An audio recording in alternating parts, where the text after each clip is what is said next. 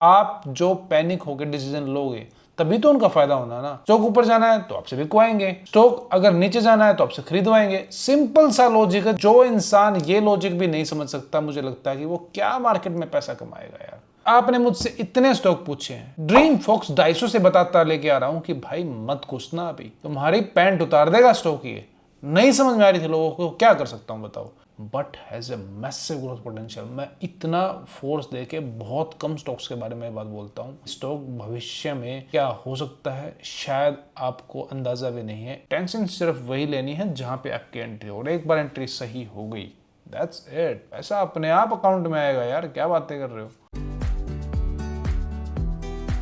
Hello दोस्तों, मैं आपका दोस्त रोहित स्वागत करता हूं मैं चैनल मार्केट स्विच लाइव में। दोस्तों आज हम बात करेंगे कोल इंडिया के बारे में। इसके बारे में न्यूज आई है, मजबूत बाजार में भी 5% टूटा कोल इंडिया का शेयर। जानिए क्या रही वजह। देखो, वजह में अगर ढूंढने जाएंगे तो बहुत बड़ी वजह हो जाएंगी, इसके बारे में डिटेल से बात करूंगा। लेकिन एक चीज है जो मुझे कई बार नीचे कमेंट्स में देखने को मिलती है, मुझे गलत साबित करने से कहीं ज्यादा अच्छा है कि आप अपने आप को सही साबित कीजिए। जब इतना बड़ा आदमी जाने से पहले ये बोल के जा सकता है कि मैं उम्र के इस पड़ाव में भी सीखता रहता हूं, तो हमारी तो औकात ही क्या है। आप क्रिटिसाइज कीजिए, कोई दिक्कत नहीं, करके जाइए, कोई समस्या नहीं है। लेकिन मुझे गलत साबित करने से आपकी जिंदगी में हकीकत में कोई चेंजेस नहीं होने वाले यार। देखो 99% बाजार गिरने से पहले जिन स्टॉक्स के बारे में भी आपने मुझसे पूछा था, मैंने उनके बारे में आप लोगों को इन लाइव सेशंस में अपडेट कर दिया था। यूट्यूब लाइव सेशंस में आप मुझसे पूछते अपने स्टॉक के बारे में, अपने पोर्टफोलियो के बारे में, और टेक्निकल बेसिस के आधार पर मैंने बहुत स्टॉक्स के आपको रिव्यू करके दिया था कि ड्रीम फॉक्स है, एचडीएफसी बैंक है, पता नहीं कितने कितने स्टॉक्स हैं जिनके बारे में आप जानना चाहते थे। लेकिन मैंने आपको तभी ये बताया था कि यार बाजार गिर सकता है, स्टॉक गिर सकते हैं। अब आप पूछ रहे हो कि सर कौन सा स्टॉक भाग सकता है।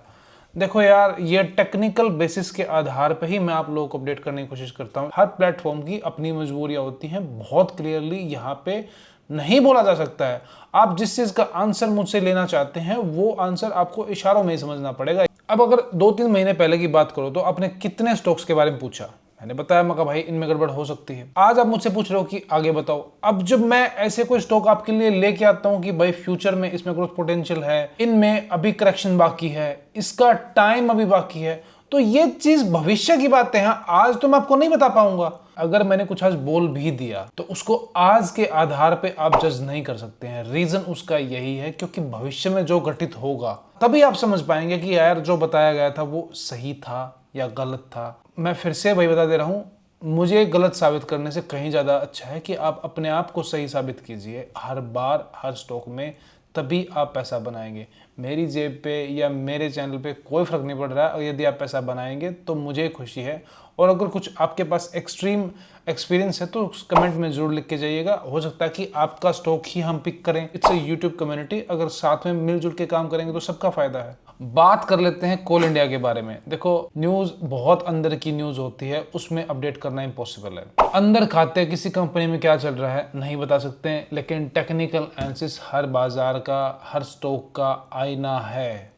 वही आपको सच बता सकता है दूसरे स्टॉक्स में क्या हो रहा है, फ्यूचर में क्या हो सकता है। नोबडी नोज कब कौन सी न्यूज बाहर आएगी, किसको पता। मार्केट कैप 2,67,524 करोड़ की मार्केट कैप है। करंट प्राइस 434, हाई 476, लो 369, बुक वैल्यू 171 की बुक वैल्यू है। डेप्ट इन लोगों पे 13,786 करोड़ का डेप्ट है। इंट्रिंसिक वैल्यू 691 है। अब एक बार इसकी इन्वेस्टर लिस्ट भी चेक कर लीजिए। पिछले 3 क्वार्टर की एफआईआई की होल्डिंग 7.98%, 8.22%, 8.36%। डीआईआई की होल्डिंग 22.80%, 22.53%, 22.76%।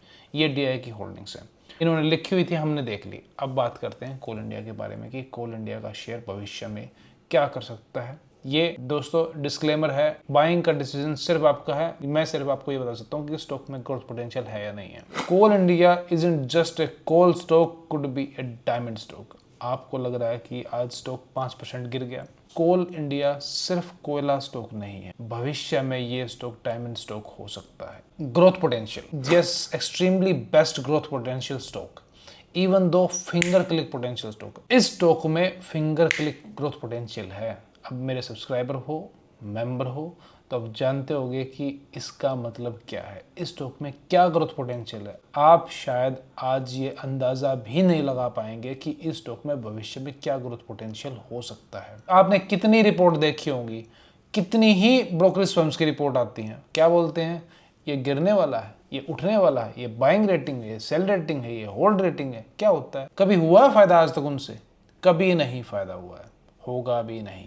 सिंपल सा लॉजिक है यार। अगर वही आपको पूरी सच्चाई बता देंगे स्टॉक के बारे में कि स्टॉक में फ्यूचर में क्या होगा, तो फिर आप जो पैनिक होकर डिसीजन लोगे तभी तो उनका फायदा होना ना। स्टॉक ऊपर जाना है तो आपसे बिकवाएंगे, स्टॉक अगर नीचे जाना है तो आपसे खरीदवाएंगे। सिंपल सा लॉजिक। जो इंसान ये लॉजिक भी नहीं समझ सकता, मुझे लगता है कि वो क्या मार्केट में पैसा कमाएगा यार। सोच के देखो यार। आपने मुझसे इतने स्टॉक पूछे हैं, ड्रीम फॉक्स 250 से बताता लेके आ रहा हूं कि भाई मत घुसना, अभी तुम्हारी पैंट उतार देगा स्टॉक। ये नहीं समझ में आ रही थी लोगों को, क्या कर सकता हूं बताओ। अब अगले फैक्टर की बात करते हैं, price. Facing resistance and even if go higher then can still face resistance but has a massive growth potential. अभी के लिए stock Coal India resistance face कर रहा है। अगर ये थोड़ा ऊपर और भी चला जाता ना तो भी ये रेजिस्टेंस फेस ही करता रहेगा, क्योंकि थोड़ा सा बियरिश मोड में स्टॉक है, डिनाई नहीं करेंगे, but has a massive growth potential. मैं इतना फोर्स देके बहुत कम स्टॉक्स के बारे में बात बोलता हूँ कि स्टॉक भविष्य में क्या हो सकता है शायद आपको अंदाजा भी नहीं है। Time every month you should ask about this stock in our YouTube live sessions. Again saying best stock है।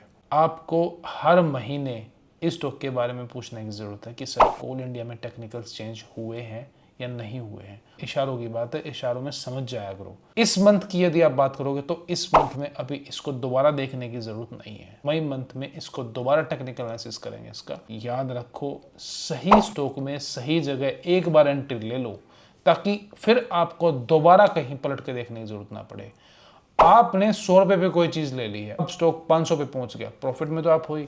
अब 500 पे, 400 पे या 600 पे कुछ भी होता रहे, क्या फर्क पड़ रहा है? ऊपर नीचे कुछ भी चलता रहे, आप हो ही नहीं वहां पे, आपकी टेंशन ही नहीं है। टेंशन सिर्फ वही लेनी है जहां पे आपकी एंट्री हो, और एक बार एंट्री सही हो गई, दैट्स इट। पैसा अपने आप अकाउंट में आएगा यार, क्या बातें कर रहे हो। बस लोगों की परेशानी है कि वो यही नहीं जान पाते कि स्टॉक में ग्रोथ पोटेंशियल है भी या नहीं। अब आपको तो नहीं पता ना कि कोल इंडिया में ग्रोथ पोटेंशियल है या नहीं है। कितनी ही घटिया न्यूज क्यों ना दें, मैं कह रहा हूं कितनी घटिया न्यूज क्यों ना दें, एक चीज दिमाग में बैठा लेना, कोल इंडिया सिर्फ कोयला स्टॉक नहीं है, diamond stock can be in near future.